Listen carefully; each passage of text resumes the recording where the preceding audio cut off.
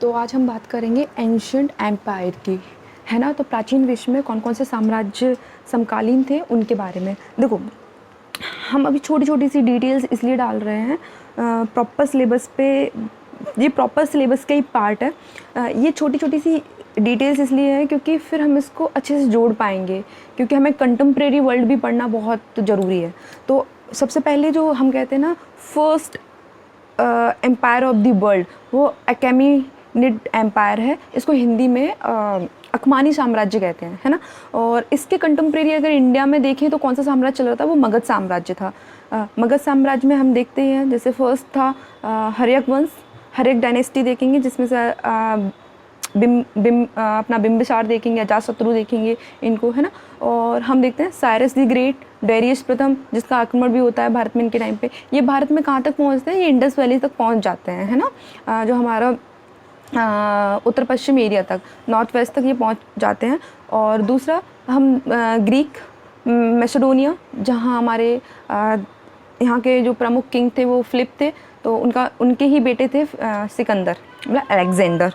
वो भी आ जाते हैं, अपन को मालूम है। जैसे ब्यास रिवर को उन्होंने क्रॉस करने से मना कर दिया था।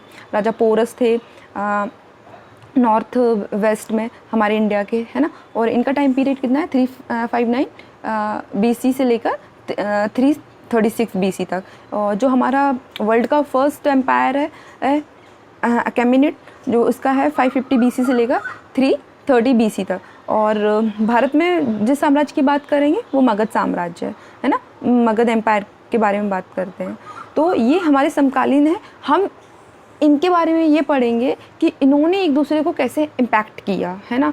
कि हम जब ग्रीक आए हैं तो इनसे हमने क्या सीखा, कौन सी स्क्रिप्ट सीखी है, इनसे हमने क्या लिया। ये हम पूरी इंडियन हिस्ट्री में अच्छे से कवर करते हैं, बट हमें वो नहीं करना है यहाँ पे कवर कि क्या लिया है, वो इंडियन हिस्ट्री में कवर करेंगे ये सारी चीज़ें। यहाँ पे बस इतना देखना है कि उस टाइम पे जो हमारा एंशिएंट वर्ल्ड चल रहा है, कौन कौन से, पहले हमने सिविलाइजेशंस पढ़े हैं, फिर सिविलाइजेशन के बाद एम्पायर पढ़े हैं।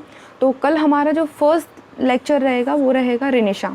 तो रेनेसांस के बारे में पढ़ेंगे कि कैसे क्या है, किस प्रकार आया है, उसकी मीनिंग समझेंगे। फिर उसके बाद इनलाइटमेंट देखेंगे। इनलाइटमेंट के बाद हम देखेंगे कैसे मर्केंटिलिज्म आएगा। मर्केंटिलिज्म के बाद कैसे रिलीजियस रिफॉर्म्स आते हैं, रिलीजियस रिफॉर्म्स आएंगे। उसके बाद हम देखते हैं अमेरिकन रिवॉल्यूशन, फ्रेंच रिवॉल्यूशंस, इन सब के बारे में डिटेल से बात करेंगे। तब तक के लिए बाय, थैंक यू।